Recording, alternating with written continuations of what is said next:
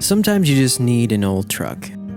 My 99 Chevy's not always been my favorite vehicle in the world, but it certainly has a rusty charm.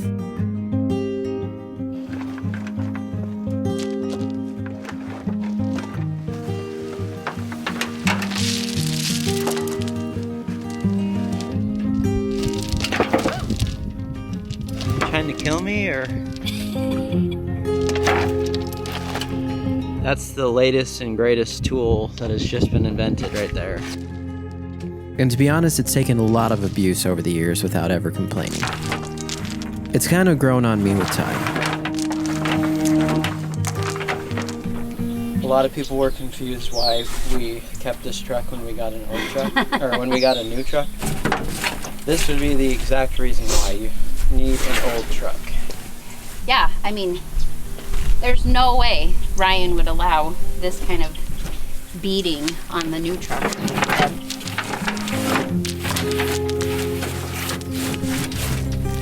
So the other thing about having more space is it feels like eventually you're just going to find ways to fill up more space. But I think we've got enough out here that we can do some little projects like this. But the price of free is always worth it. And this river rock was free from our niece. She was cleaning out some stuff at her house, and Kelsey went over there to help her, and she didn't really have anywhere to put it, so we decided just to bring it out here. We were gonna put it in the driveway section where it's a little bit wetter, and we do definitely need some rock down there at some point, but this isn't really the base rock that I would really like to put down for any sort of driveway stuff. So instead of having to move it again, we'll just put it back here, and the next time that we move it, let's hope we have a machine to do that. I want to go up and just check and see if the blackberries are getting ripe.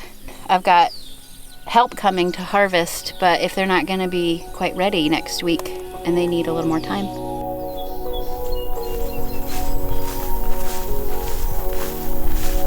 Interesting plant. So here, see, they're turning the bright red color. Not all of them. Some of them on the way up are at an earlier stage, but they're starting to turn. But these are all new right here. Correct. So this is where the blackberry bush, the roots are perennial, but the canes are biennial. So these are first year canes, and they will not produce fruit. And next year, these will produce fruit, and then they'll die. And then the roots will continue to send up new shoots that the first year will not produce fruit, the second year will produce fruit, and they will die after that. There's just stuff to find everywhere. It's amazing. So these we probably will part with, just because this is going to be the main access to the property, and you like everywhere that you go. So we can't just keep all of them. Try one? Yeah, don't try the bright red one. That's going to be sour. Yeah, that one's pretty sour. They'll get a little sweeter. They need a little more time. But the sugars will continue to develop, but they're a little more sour than the black raspberries. Early on in the summer, we made a pretty big discovery on our property.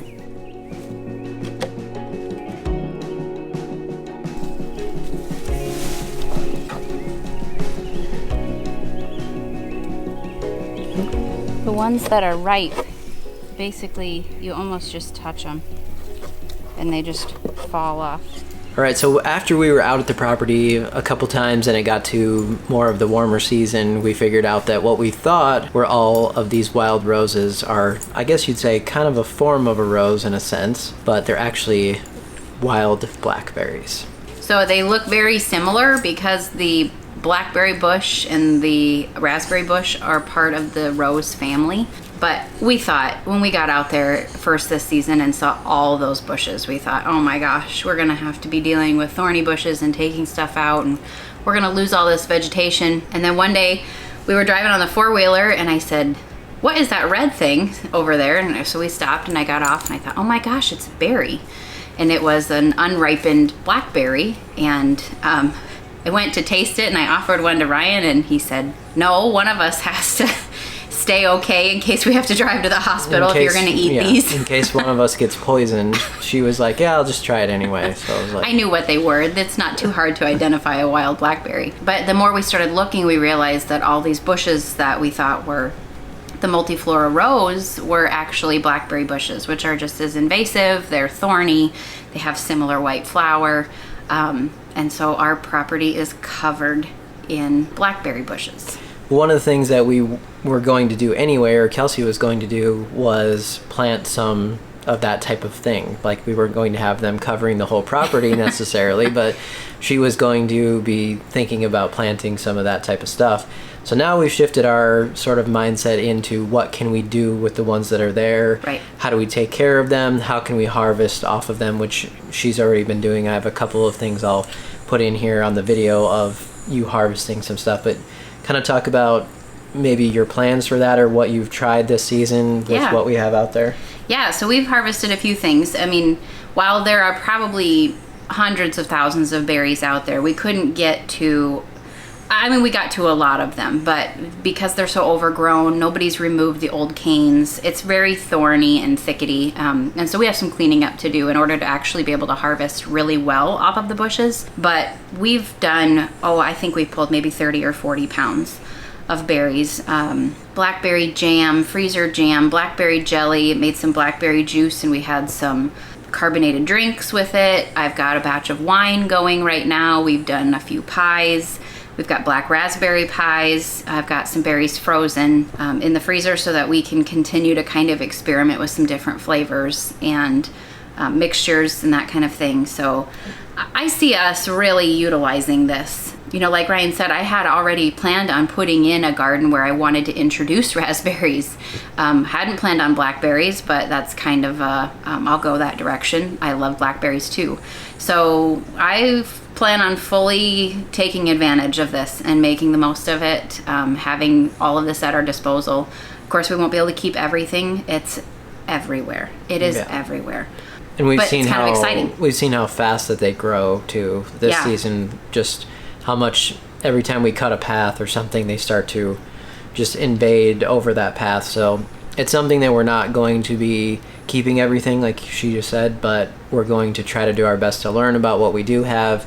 How do we make the best out of those and kind of create some different things, maybe farmers market stuff that Kelsey might do, or who knows. So that was kind of the new discovery, and it's going to be ongoing as we move through this whole phase of learning everything about the land, but it was definitely a surprise. Yeah, totally new path that I'm ready to go down. Let's bring it on.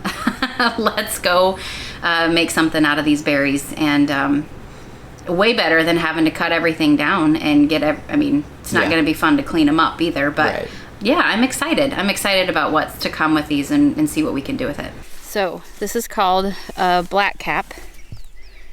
This is a black raspberry, and it's deemed a black cap because it's hollow inside.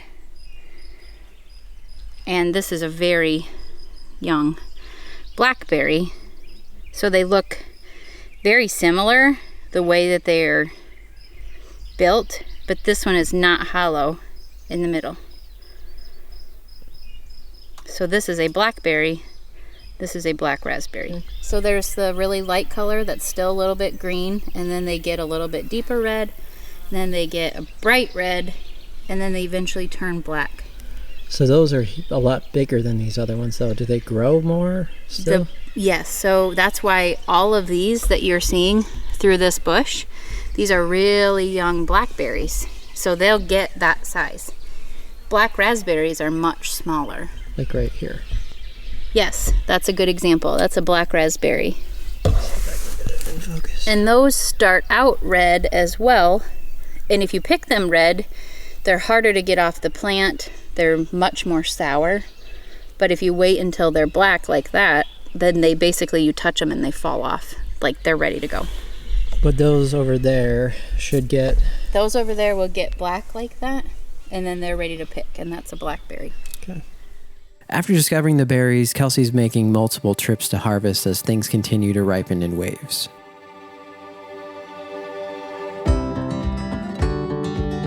I had other duties to finish.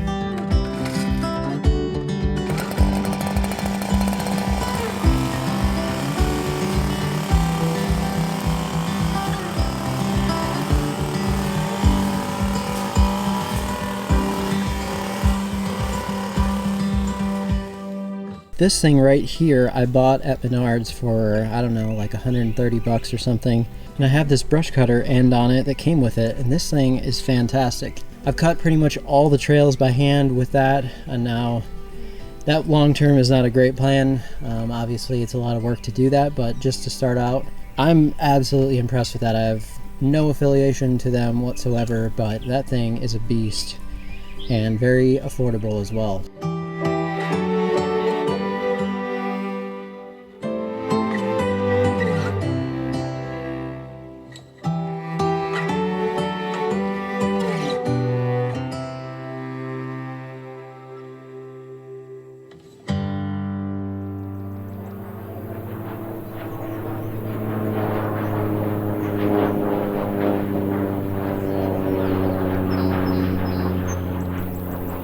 The summer flowers are in full bloom and everything has been growing like crazy. So you have more berry picking to do today, and I have more trimming to do as usual. I mean, I could pretty much do this all day long, but today it is going to be in the 90s, so we're not going to try to be out here too long during the middle of the day. It is the 4th of July, so we want to get home as well later and try to enjoy a little bit of relaxation for the day. I don't really know what relaxing is though, so I better get to it before it gets too hot.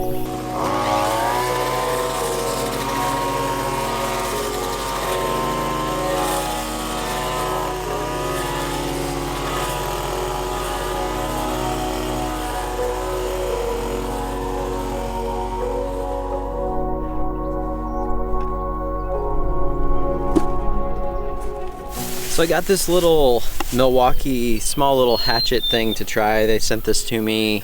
I have a lot of the other Milwaukee tools in terms of that quick lock system, so I wanted to try out something here for the property, and they were gracious enough to give me one of these to try out. So this is really made for cutting some smaller stuff. It says up to 3 inches. This is mainly just for Kelsey to use as well when she wants to kind of work on some things and trim some certain areas and not have to use a big machine.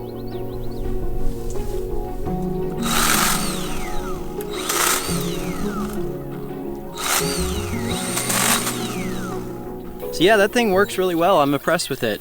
It's surprisingly powerful and does a great job. So again, not being paid to tell you any of this stuff. I just got this sent to me to try out as a test. So far I like it. We'll see how it works long term, but right now you can just carry this thing around so easily, especially on a four-wheeler like this. If you can strap it in or you have a box on the back or something, it's just a great little thing to keep with you.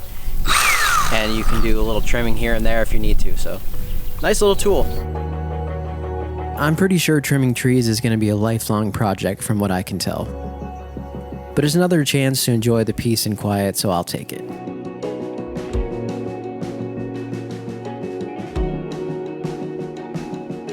So I'm back over here in the camp area. Last time that I was here, I was able to trim all of this section, and so it hasn't grown that much since then. Luckily, because of all the shade over here, it has been dried out since we haven't had any rain, and also I just don't see that it's grown that much, which is a good thing. Eventually, we're probably going to try to level this whole area out and make it nice. Maybe plant some sort of grass over here so that for our camp section, we can actually lay out, you know, a tent at some point or something and not be on some super uneven ground with stumps everywhere and little pieces of rose bushes, and just because I've never really had any shade either, so it's something I could work on lawn wise.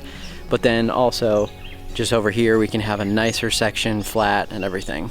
I just started to see this tree move over here and I can see the tail wagging. I'm pretty sure there's a cow over there.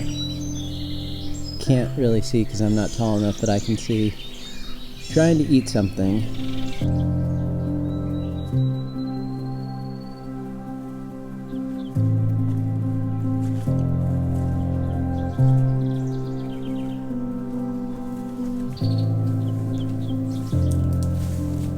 The cows are definitely smart when it comes to the heat.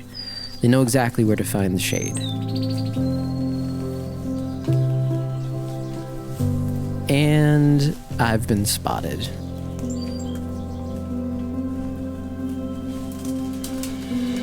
So I guess I just got to meet the neighbors, and they are a bit of a rowdy bunch.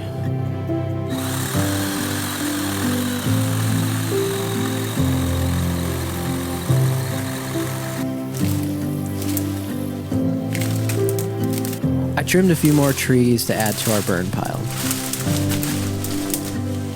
This area here is a great spot to hang out in the shade on a hot and sunny day.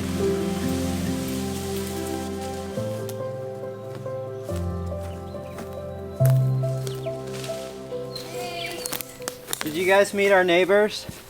No? They're a rowdy bunch. Who? The cows. They're right up on that fence line when I came down here. And then they saw me and they were like, what are you doing here? So there's so many exciting new discoveries. A rowdy bunch of new neighbors, and a 4th of July evening spent sitting on the land in the dark because our dogs are terrified of fireworks. The things that we do for our loved ones.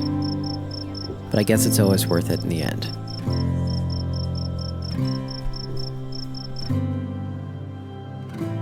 The adventure continues, so stay tuned.